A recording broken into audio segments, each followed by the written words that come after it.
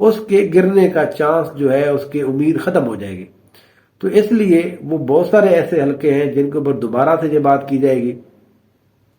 اب جس طرح سے ضمنی الیکشن ہوں گے، وہاں پر بھی گورنمنٹ جو ہے ابھی سے وہاں پر پلاننگ کر رہی ہے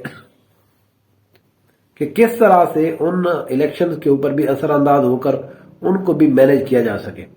تو اب فیصلہ آباد کے اندر جو مسلم لیگ نون ہے وہ اپنی خفت مٹانے کے لیے وہ اس طرح کے جو ریزلٹس ہیں ان کو مینج کر رہی ہے۔ الیکشن کمیشن جو ہے وہ تو ویسے بھی اس کا تو کام ہی نہیں ہے ان چیزوں کو روکنا۔ وہ کہتا ہے جی بات جی آر او نے جو کہہ دیا الیکشن کمیشن کے اندر جو کچھ ہو رہا ہے بس ٹھیک ہے۔ ان معاملات کو دیکھتا ہے چیف جسٹس صاحب، جو چیف جسٹس ہے جو سپریم کورٹ ہے، وہ تو بھٹو صاحب کے ابھی تک خمار میں وہ ہیں۔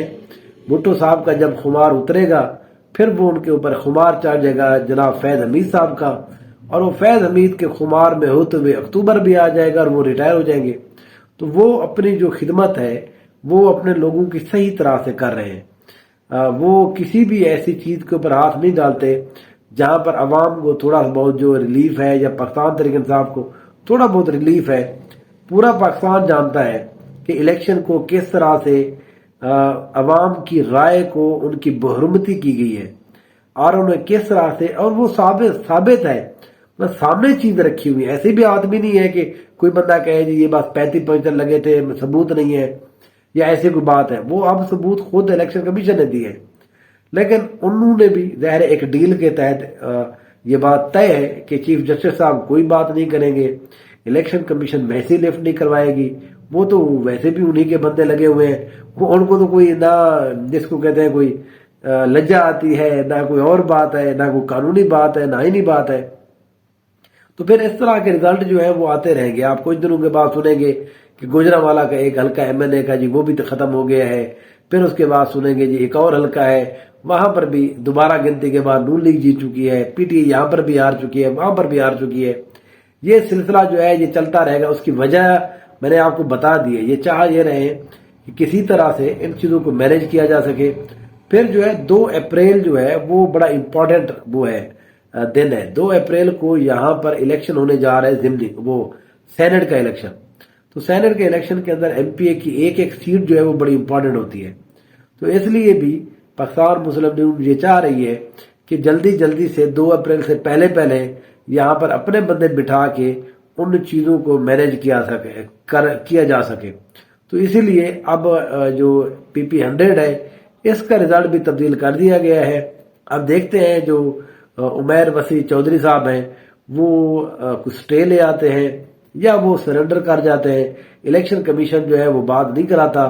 تو پھر اس کے بعد یہ ٹیسٹ کیس بھی ہے۔ ویسے پہلا ایم این اے کا جب حلقہ آیا تھا تو اس میں یہ بڑے کنسرن شو کیے گئے تھے کہ ایک حلقہ جو 6-7 ہزار سے کوئی پارٹی جیت چکی ہے وہ ہار کیسے سکتی ہے؟ وہ سمپل بات ہے، آپ نے ڈبل مورے لگا دی اس کے اوپر۔ تو جب اس کو ری کاؤنٹ کیا کہتے جی دیکھیں آپ کا یہ بھی 2 نمبر ووٹ ہے، یہ بھی آپ کا گنا گیا تھا، یہ غلط ہے۔ تو اس طرح سے اس کو ہرا دیا گیا۔ 15,000 ووٹ جو ہے وہ جعلی انہوں نے قرار دے دیے گئے۔ تو یہ پوری سیم سٹوری ہے جو یوسف رضا گیلانی صاحب کو جس طرح سے اسٹیبلشمنٹ نے جتوایا ہے۔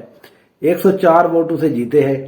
صرف ایک پولنگ اسٹیشن کے اوپر جو تیمور ہے، جو تیمور الطاف، ان کے 762 ووٹ کو 700 کو جعلی قرار دے کر صرف 62 ووٹ دے دیے گئے۔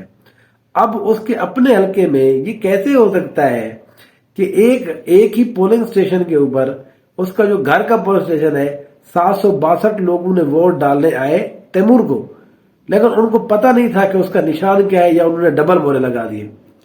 صرف 62 لوگوں نے انہوں نے کہا کہ صحیح لگائی ہے۔ تو یہ اس طرح کے جو ڈرامے ہیں نا، یہ باتیں یہ اب پرانی ہو چکی ہیں۔ جو لوگ اب کر رہے ہیں ان کا خیال ہے کہ یہ بات چلتی رہے گی۔ گیلانی صاحب جب پیپلز پارٹی جو ہے وہ تو ششکے لے رہی ہے، ان کو اگر کہا جائے، ابھی ہمارے ایک دوست ہیں انہوں نے کہا کہ الحمدللہ جی جو پیپلز پارٹی ہے ان کا کوئی بھی بندہ فارم 47 والا نہیں ہے۔ تو پنجاب کے اندر سوائے راجہ پرویز اشرف، عبد القادر گیلانی، ان 2 سیٹوں کے باقی جو 5 سیٹیں ہیں وہ جناب آپ کی سارے فارم 47 والے ہی ہیں۔ 45 پہ کوئی بھی نہیں جیتا، نہ یوسف رضا گیلانی جیتا ہے، نہ ان کے بیٹے علی موسیٰ گیلانی جیتے ہیں، مخدوم احمد کے دونوں بیٹے ہار گئے۔ تو اس لیے بہرحال پارٹی جو ہے اپنے آپ کو خوش کرتی رہتی ہے دیکھیے یہ وہ گندے ہیں، ہم نے ایسا کوئی کام نہیں کیا، لیکن ایکچولی انہوں نے کیا ہے۔ اب دیکھتے ہیں فیصل آباد والا جو حلقہ ہے اس کے اثرات اور حلقوں کے اوپر ہوتے ہیں یا اس بات کو یہیں پر روک دیا جاتا ہے۔ جو ہائی کورٹ ہے وہ یہاں پر سٹے دے دیتی ہے، اگر وہ سٹے نہیں دیتی پھر جو ہے 5-6 حلقے جو ہے وہ 2 اپریل سے پہلے خالی ہو جائیں گے۔ دیکھتے رہیے نو سائٹ۔ Thank you so much.